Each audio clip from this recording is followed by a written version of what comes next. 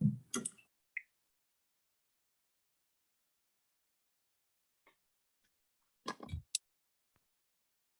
bismillahirrahmanirrahim. Assalamualaikum warahmatullahi wabarakatuh.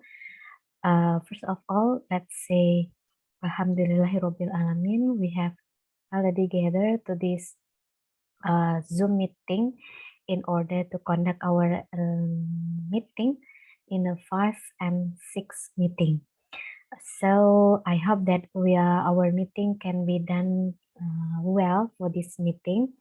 Saya sengaja menggadarkan mungkin dalam Zoom meeting tapi lewat bentuk video Ibu-ibu karena I have to do something in an important meeting also for this morning. So I have to share this video for you. Meeting kita sudah berjalan sekitar 4 kali, Ibu-ibu. Berarti itu artinya sudah 2 meeting yang kita pelajari, 2 materi yang kita pelajari. Yang pertama tentang anamnes for postpartum mother, and the second one is about physical assessment for postpartum mother. Intinya keduanya materi kita itu lebih mengacu menitik beratkan pada ibu nifas. Dan untuk pertemuan hari ini kita akan beranjak kepada materi yang baru, tapi masih sekitaran tentang postpartum mother atau ibu nifas. Jadi intinya kita telah bisa menginterview our postpartum mother secara general tentang nama, kemudian apa keluhannya, kemudian bagaimana pola istirahatnya dan lain sebagainya. Kita sudah menginterview dengan memakai pertanyaan dalam bahasa Inggris. Kemudian Ibu juga sudah melanjut pada memeriksa fisik pada ibu nifas. Ada 17 indikator yang sudah Ibu buat tugasnya tentang ada blood pressure, ada uterus contraction, ada fungsi dari kantung kemihnya, ada fungsi dari sistem pencernaannya, ada juga tentang adakah infection sign atau adakah tanda-tanda infeksi bagi ibu nifas, kemudian bagaimana payudaranya, breast conditionnya, bagaimana terakhir tentang family and husband support. Sudah juga Ibu kita bagaimana yang normal dan tidak normalnya. Ibu-ibu sudah mengkolek the task in the writing hand, and also Ibu sudah mengirimkannya lewat email, dan saya sudah menggather untuk pertemuan keempat ada yang sudah membuat. Kalau sudah membuat berarti nilai dan absennya itu selamat, seperti itu. Nah, untuk hari ini kita akan lanjut materi kita yang namanya, saya sedikit di sini akan men-share PowerPoint yang saya sudah kondakkan. Ini dia PowerPoint-nya. Oke, tentang health education or counseling. Berarti seperti yang sudah saya jelaskan di awal-awal pertemuan kita, kalau untuk bahasa Inggris 3, especially for midwifery study program, you are going to talk much, you are going to speak much in this classroom. Berarti you have to apply what you have already known related to midwifery by using your English, but the skill is speaking. Berarti kita banyak berbicara dalam kelas bahasa Inggris ini. Dan untuk materi kita yang kelima dan keenam, ibu-ibu akan berbicara related to health education or counseling, atau pendidikan kesehatan atau counseling kepada siapa targetnya, yaitu kepada still postpartum mother. Berarti kita harus memberikan pendidikan kesehatan kepada atau counseling kepada ibu nifas. Seperti yang sudah ibu-ibu pahami semua, kalau health education is something, the process that used to share the ideas to our target or our audience in order to enlarge their knowledge, and they have to do or not do what we are suggested. Berarti tujuan dari health education ini supaya our audience atau pendengar kita dalam konteks ini siapa, ibu-ibu nifas itu mau bisa meningkatkan pengetahuannya terhadap bagaimana cara menjaga kesehatannya secara utuh dengan melakukan dan tidak melakukan sesuai dengan saran kita. Berarti kan kalau namanya health education berarti kita kan memberikan tips dan trik atau kita memberikan sejenis saran. Saran apa yang harus dia lakukan dan apa yang tidak harus dia lakukan supaya apa? Supaya kesehatannya itu bisa maksimal di masa nifasnya. Seperti itu. Saya tahu kalau ibu-ibu sudah punya pengalaman yang banyak tentang kesehatan, tentang bagaimana ibu nifas tersebut. Ada pasien ibu tentang ibu nifas, ibu otomatis pasti telah memberikan sedikit banyaknya tentang health education atau tentang memberikan saran-saran supaya ibu nifas ini harus melakukan ini. Oh, ibu nifas jangan lakukan ini supaya air susunya lancar contohnya. Oh, ibu nifas harus melakukan ini supaya luka perineumnya itu bisa cepat kering contohnya. Atau ibu-ibu bisa makan ini supaya air susunya itu lancar, supaya babynya bisa mau menyusui dengan dengan lancar juga seperti itu. Berarti ada yang sejenis apa yang harus dia lakukan dan apa yang tidak harus dia lakukan, dan itulah yang namanya health education atau counseling. Di sini saya ada beberapa some example of health education, ada beberapa topik untuk pendidikan kesehatan yang biasanya dilakukan oleh ibu-ibu bidan dalam diberikan bidan kepada pasiennya, khususnya untuk ibu-ibu nifas or postpartum mother. The first one is about nutrition for postpartum mother. Tentang nutrisi. Nutrisi ini apa? Tentang pola makanan yang harus dikonsumsi oleh ibu nifas, pastinya untuk bagaimana supaya air susunya lancar atau bagaimana kesehatan ibu nifas itu tidak terganggu ketika dia menyusui. Ketika dia menyusui, dia bisa memberikan ASI pada babynya dan juga bisa mencukupi nutrisinya bagi diri dia sendiri. Contohnya apa? For example, ibu-ibu nifas itu harus makan the postpartum mother should eat one pieces of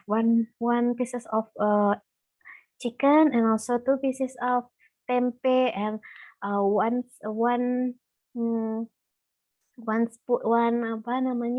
bowl of the vegetable contohnya, or the vegetable that should eat by the postpartum mother, for example carrot or spinach or apa. Berarti ada beberapa nutrisi-nutrisi itu yang harus ibu jelaskan kepada, atau makanan-makanan itu yang harus ibu jelaskan kepada ibu nifas. Atau yang penting, yang sangat krusial, contohnya the postpartum mother should not drink the Coke, for example. Coke itu cola, berarti tidak perlu minum cola. Atau the postpartum mother should not drink Coke. The postpartum mother should not eat durian, for example. Itu contoh-contoh dari apa yang harus dia makan dan apa yang tidak harus dia makan. Ibu-ibu bisa rinci. The postpartum mother should eat 1, 2, 3, 4, 5. And the postpartum mother should not eat 1, 2, 3, 4, 5 in order to make their well-balanced nutrition. Itu. Topik yang kedua yang bisa ibu-ibu pilih untuk pendidikan kesehatan ibu-ibu adalah kepada ibu postpartum mother adalah rest pattern atau pola istirahat. Jadi di sini ibu akan memberikan tips bagaimana cara tidurnya, pola tidur dari ibu nifas. Contohnya kan otomatis kalau ibu nifas itu tidurnya kurang di malam hari karena dia harus changing the diapers or should do the breastfeeding for her baby. That's why the postpartum mother should awake in the night. So what should she do in order to make balance rest pattern? Bagaimana cara dia bisa melengkapi kekurangan tidurnya pada malam hari. Contohnya bagaimana ketika anak tidur harus tidur juga, or the postpartum mother should sleep when the baby sleep, or the postpartum mother should not sleep in the bla bla bla, for example. Itu kan contohnya pola istirahat. Berarti di sinilah ibu-ibu akan memberikan sejenis tips and trick bagaimana cara mengatur pola istirahat dari ibu nifas supaya ibu nifas itu bisa juga dapat eh, cukup waktu untuk beristirahat. Karena ya manusia itu kan butuh istirahat juga, tidak seperti robot. Contohnya di manusia tuh harus tidurnya 8, paling kurang 8 jam sehari. Berarti kalau ada gangguan atau stres atau trouble atau kayak disturbances for the postpartum mother to the baby, bagaimana cara mengakalinya? Apa tips dan trik yang ibu berikan kepada the postpartum mother? Oke. Okay. Next, perineum care for postpartum mother atau menjaga luka pada ibu nifas. Bagaimana caranya? Contohnya supaya tidak infeksi, apa tips and triknya? Changing the underwear kah? Berapa kali tukar underwearnya? Atau cara membersihkan luka perineumnya itu seperti apa? Kemudian kain apa yang digunakan?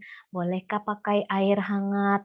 Atau bisa jadi pakai air dingin? Bisa jadi, atau tukar pakai betadine kah atau tidak, contohnya seperti itu ya Bu ya. Dan pakai adakah obat-obatan yang lain yang bisa Ibu kasih untuk the postpartum mother supaya luka perineumnya itu bisa cepat kering dan bisa cepat sembuh, seperti itu. Berarti apa tips dan trik yang Ibu lakukan? Mungkin saja di lapangan kemarin tuh, di lapangan sebelum-sebelum ini berdasarkan pengalaman Ibu, Ibu pernah memberikan health education kepada pasien Ibu tentang perineum ini. Coba diulang kembali apa aja yang Ibu berikan tips dan triknya, kemudian Ibu bisa ungkapkan lewat ini. Dalam bahasa Inggris pastinya. Next, number 4 is about breast care for postpartum mother. Berarti cara menjaga payudara bagi ibu nifas. Apa saja yang harus diperhatikan untuk menjaga menjaga payudaranya supaya bisa mendukung tugasnya untuk menyusui bagi menyusui bagi babynya. Contohnya tukar bra-nya berapa kali, kemudian adakah massage-nya, kemudian adakah yang namanya kompres air hangatnya, atau adakah yang bisa contohnya baby oil untuk membersihkannya seperti apa, pakai baby oil kah atau tidak, atau bagaimana. Dan contohnya kalau ada bendungan, contohnya beberapa kasus untuk menghindari langkah preventif untuk menghindari bendungan payudara yang bisa menyebabkan kanker itu seperti apa, bagaimana cara menghindarinya, boleh Ibu kasih tips dan trik seperti itu. Dan yang kelima, yang paling krusial sekali yaitu family planning counseling. Sebenarnya planning counseling ini ada satu materi atau membutuhkan satu meeting dia. Tapi karena dia di sini bisa sama-sama health education, sama-sama counseling, saya masukkanlah dia di pertemuan meeting kelima. Berarti untuk family planning counseling, ibu-ibu bisa mengungkapkan counselingnya terdiri dari beberapa indikator. Ada yang namanya definition, ada Ibu tambahkan ya, maksud saya ditambahkan penjelasan Ibu untuk family planning counseling, Ibu tambahkan definition dari family planning. Bisa jadi kan kita anggap kan tidak semua pasien kita itu punya background knowledge yang sama, atau tidak semua dia berasal dari bidan, tidak semua postpartum mother kita itu orang petani, contohnya dia orang guru, contohnya, atau dia karyawan swasta, contohnya. Pasti kan dia punya background knowledge yang berbeda atau punya pengetahuan yang berbeda. Supaya bisa menyamakan persepsinya dengan kita bisa menambahkan pengertian dari family planning di dalam konsep kita. Pengertian family planning dalam konseling kita. Kita artikan dulu, family planning is the process to what to depend on our fertility era, for example. Berarti ibu-ibu bisa buka lagi apanya nanti teorinya, apa itu definisi dari family planning. Berdasarkan itu, ini definitionnya.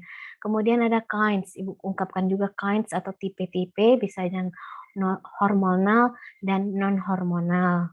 Contohnya kan non-hormonal seperti apa contohnya, dan hormonal seperti apa. Kemudian long term, penggunaannya secara jangka waktunya yang lama atau yang singkat. Kemudian benefit, keunggulan dari family planning. Tapi kalau untuk benefit ini bukan semuanya nanti Ibu ungkapkan. Kalau semuanya nanti terlalu panjang. Berarti Ibu pilih contohnya kinds-nya yang non-hormonal. Kalau yang non-hormonal berarti mempengaruhi hormon atau tidak mempengaruhi hormon.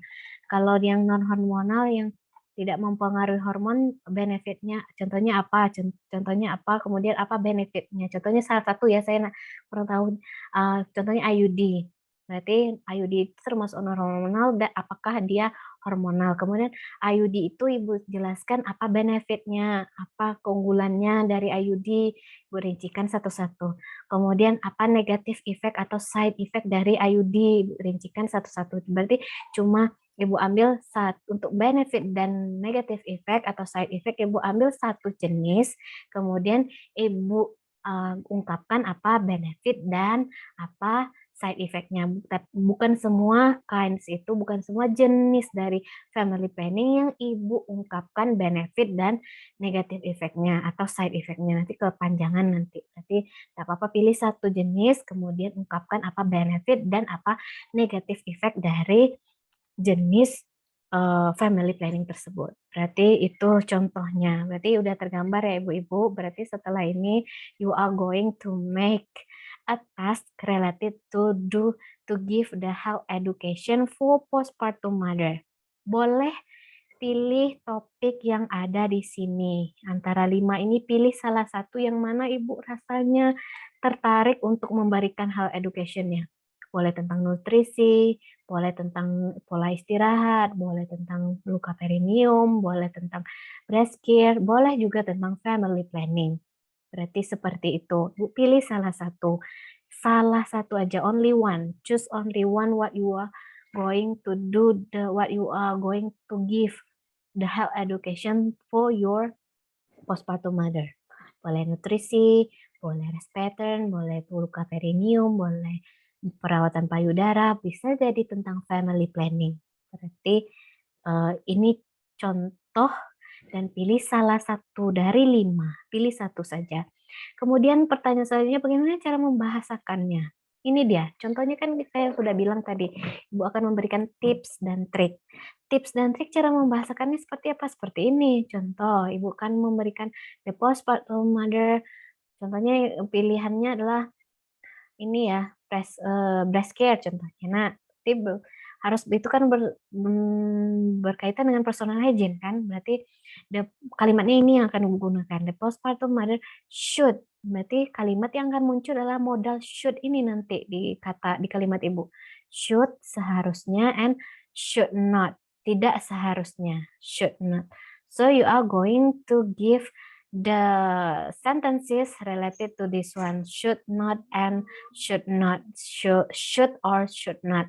So the postpartum mother should keep her personal hygiene. Berarti ini harus memberikan harus menjaga personal hygiene-nya dengan cara apa?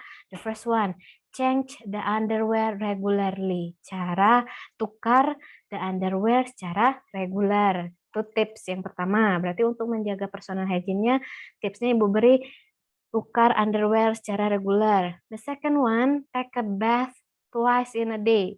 Harus mandi 2 kali dalam sehari contohnya. Kemudian massage your breast based on the standard atau berdasarkan SOP-nya seperti apa untuk memassage payudaranya supaya payudaranya itu bisa mengeluarkan ASI secara maksimal. Nah, seperti itu. Berarti harus ini ada yang harus Ibu lakukan. Tips-tips ini yang Ibu berikan. Dan kemudian untuk mengungkapkan kalimat yang should not atau tidak harus dilakukan, berarti Ibu bisa menggunakan kalimat the postpartum mother should not bla bla bla bla. Contohnya should not, tidak postpartum ibu nifas tidak boleh ngapain dia untuk menjaga tidak boleh Contohnya kuku tidak boleh membiarkan payudaranya itu kotor atau tidak boleh membiarkan payudaranya itu tidak dalam keadaan yang baik. Contoh seperti apa? Berarti ini tips yang akan Ibu berikan. Berarti intinya adalah dalam memberikan tips dan trik, you should put the model like this one. You should make the sentences like this one. Ada postpartum mother should keep, the postpartum mother should not do, bla bla bla bla. Berarti nanti akan ada kalimat-kalimat muncul yang seperti ini untuk apa? Supaya bisa menjelaskan secara rinci apa tips dan trik kita supaya ibu-ibu nifas itu bisa paham apa yang kita inginkan, atau supaya dia paham, supaya dia bisa menjaga kesehatannya selama nifas itu secara baik, seperti itu. Berarti inilah cara tips dan triknya. Oke, karena ini merupakan materi yang terakhir kayaknya, tentang health education dan counseling ini, materi terakhir untuk bahasa Inggris 3. Berarti intinya sekarang adalah saya ingin ibu-ibu membuat pendidikan kesehatan. Pendidikan kesehatan atau konseling terhadap topik-topik yang sudah saya berikan ini, boleh tentang nutrition, boleh rest pattern, boleh perineum care, boleh breast care, dan boleh family planning. Ini dia, dan ibu-ibu akan membuat kalimat yang seperti ini, nanti ibu-ibu buatkan seperti ini, dan tugasnya itu dikumpulkan in the form of video. Jadi kan ini tuntutan dari Prodi nih. Prodi menjelaskan atau menuntut kita untuk kita bisa memberikan pendidikan kesehatan kepada ibu nifas. Pendidikan kesehatan itu pastinya ibu berbicara di sana kan, berbicara di sana terhadap untuk memberikan pendidikan konseling. Berarti ibu berbicara pasti ibu akan merekam nanti supaya ibu jelas kalau ibu sudah bisa melakukan pendidikan kesehatan. Berarti ibu buat in the form of video nanti. Setelah itu durasinya berapa videonya? Tidak lebih dari 3 menit. Tidak lebih dari 3 menit. Cukup 2 menit cukup boleh. 1 menit, 1 menit, berarti maksimal 3 menit. Maksimal 3 menit, minimal itu 1 menit. Nah, berarti nggak apa-apa ibu memberikan, mungkin juga kalau kita memberikan pendidikan kesehatan cuma 1 menit, nggak mungkin juga kan rasanya. Kalau lebih dari 3 menit saya tidak sarankan, berarti minimal 1 menit dan maksimal 3 menit. Kapan akan dikumpulkan? 2 minggu setelah ini ibu-ibu, berarti bisa ibu kumpulkan pada tanggal 4 Juni 2022. Nanti ya PJ akan men-share link, nanti ibu-ibu setelah ibu rekam nih videonya, ibu save, kemudian ibu save-nya di mana? Save-nya di Google Drive nanti. Ibu save di Google Drive, nanti ibu share link-nya ibu tuh, link dari Google Drive tuh share ke PJ-nya nanti. PJ-nya. Setelah itu PJ akan men-share ke link, contohnya ini kan Dewita, ini linknya saya, Ratna, ini linknya. Berarti kumpulan dari link-link ini, nama dan link ini akan diserahkan PJ ke saya lewat WA pribadi, nggak apa-apa. Berarti nanti akan saya cek satu-satu lewat link-link yang ibu kirimkan. Jadi PJ tugasnya apa? Mengumpulkan linknya saja dari beberapa dari teman-temannya. Kumpulkan 1 Dewita, ini linknya, 2 Ratna, ini linknya. Berarti kumpulan dari link-link temannya ibu sedangkan forward ke saya. Saya tunggu pada tanggal 4 Juni malam, paling jam 12 malam nanti kumpulkan kepada saya tentang video tentang pendidikan kesehatan atau konseling dengan topik-topiknya ini, dengan menggunakan ini kalimat-kalimat yang seperti ini. Dan tidak disarankan bagi ibu-ibu untuk menggunakan Google Translate untuk mentranslate bahasa ibu-ibu, bahasa Indonesia ibu ke bahasa Inggris, tidak. Karena saya sudah memberikan kunci-kuncinya di sini ya. Berarti kalimat ibu akan muncul seperti ini nanti. Jangan pakai Google Translate. Kalau Google Translate pasti kalimat ibu akan ribet, susah untuk membacanya sendiri, akan menyiksa ibu sendiri dalam membacanya. Seperti itu. Jadi saya harapkan ibu-ibu bisa mengumpulkan tugasnya tepat waktu karena ini akan mempengaruhi 3 kali langsung ya Bu ya. 3 kali absen secara langsung, karena ini materinya sudah full di sini. Ini kan pertemuan 56 nih, tambah dengan family planning ini, family planning untuk pertemuan ke-7. Berarti seperti itu. Ibu siap 1 video untuk 3 kali pertemuan itu sudah luar biasa sekali. Jadi do maximally in order to complete this task. Do maximally to complete this task. Seperti biasa ya saya ingatkan, saya tidak menuntut kesempurnaan. As long as you have tried, I will give the mark for you. As long as you complete your task, I will give the reward for you. The reward like what? Like the mark and also the attendance list. Jadi ada 2 keuntungannya. Yang pertama ibu-ibu dapat nilai, yang kedua absennya 5, 6, 7 terselamatkan karena materi ini sudah komplit. Kalau saya pecah lagi ke family planning itu ke dalam 1 meeting lagi, itu akan lebih lama nanti. Berarti tugas kita juga itu juga, kita akan memberikan konseling juga, konselingnya tentang family planning juga, ada definition, kind, term, benefit, dan negative effect-nya juga. Berarti di sini saya satukan tujuannya adalah kita kan sama-sama bahas tentang health education, sama-sama bahas tentang counseling kan. Berarti Ibu boleh pilih salah satu nanti. Intinya pilih salah satu topik dari 5 topik yang saya tawarkan. Yang mudahnya ini mungkin family planning karena di sini saya sudah buat indikatornya masing-masing di sini.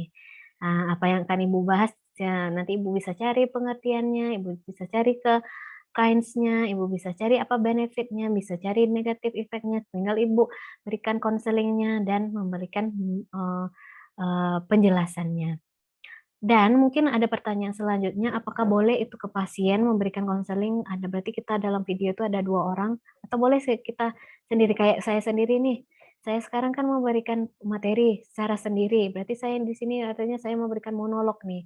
Artinya saya cuma berbicara sendiri. Berarti seperti ini juga boleh nanti, apanya, bentukan videonya juga boleh, berbicara sendiri kayak gini boleh, dan kalau Ibu mau membawa pasien nanti boleh juga, berarti Ibu bawa pasien dan pasien di sana ada tanya dan jawab antara Ibu dan pasien Ibu terhadap, topik yang diberikan. Boleh juga seperti itu, berarti Ibu boleh monolog seperti saya, seperti kayak sekarang ini, berbicara sendiri dan menjelaskan sendiri, berarti boleh juga seperti itu. Kemudian apakah Ibu mau nanti Ibu bawa 1 pasien, pasiennya datang, tanya jawab di sana, Ibu memberikan konseling kepada pasien Ibu juga boleh. Nanti dalam bentuk video itu. Nanti nampak juga wajah dari pasien Ibu. Jadi maksimalnya sekali lagi ya, maksimalnya videonya itu 3 menit dan minimalnya 1 menit. Videonya itu dikumpulkan 2 minggu setelah ini pada tanggal 4 Juni 2022. Nanti setelah video ini berakhir, ibu-ibu bisa men-chat saya di grup, di WA grup, boleh kan ini kelas 22A nih. Berarti nanti ibu bisa chat saya di grup terkait pertanyaan-pertanyaan yang muncul setelah video ini berakhir. Boleh nanti kita diskusikan bersama-sama, kita cari solusinya bersama-sama seperti itu. Apakah Ibu kurang paham tentang materinya? Kalau kurang paham tentang materinya, boleh Ibu putar-putar ulang kembali. Seperti itu berdasarkan penjelasan saya. Atau kalau ingin menanyakan tentang prosedur tugas, boleh Ibu chat saya, kita bisa diskusi di WA grup supaya bisa teman-temannya yang lain bisa terpahamkan dengan hasil diskusi kita, seperti itu. Jadi setelah ini ibu-ibu bisa langsung ketik namanya di WA grup kalau sudah selesai ya. Kalau sudah selesai menonton video saya, silakan ibu nanti ketik namanya di Google lagi, di WA grup namanya kalau ibu sudah selesai menonton video sebagai absen pertemuan kita minggu kelima. Jadi minggu kelima setelah nonton video ini dapat absen 1, silakan ketik namanya 1, 2, 3. Nanti setelah itu lanjut ke untuk kalau selesai membuat video pendidikan kesehatan, dapat absen untuk pertemuan 6 dan 7 seperti itu. Oke, Mungkin hanya itu yang bisa saya sampaikan. It's better for us to discuss in our WA group. If you have a question, if you have an idea, bisa kita diskusikan di WA group. Thank you very much for your attention, and we hope that we can see our last product on June 4th in 2020. Thank you very much for your attention. Uh, See you next week, insya Allah. Assalamualaikum warahmatullahi wabarakatuh.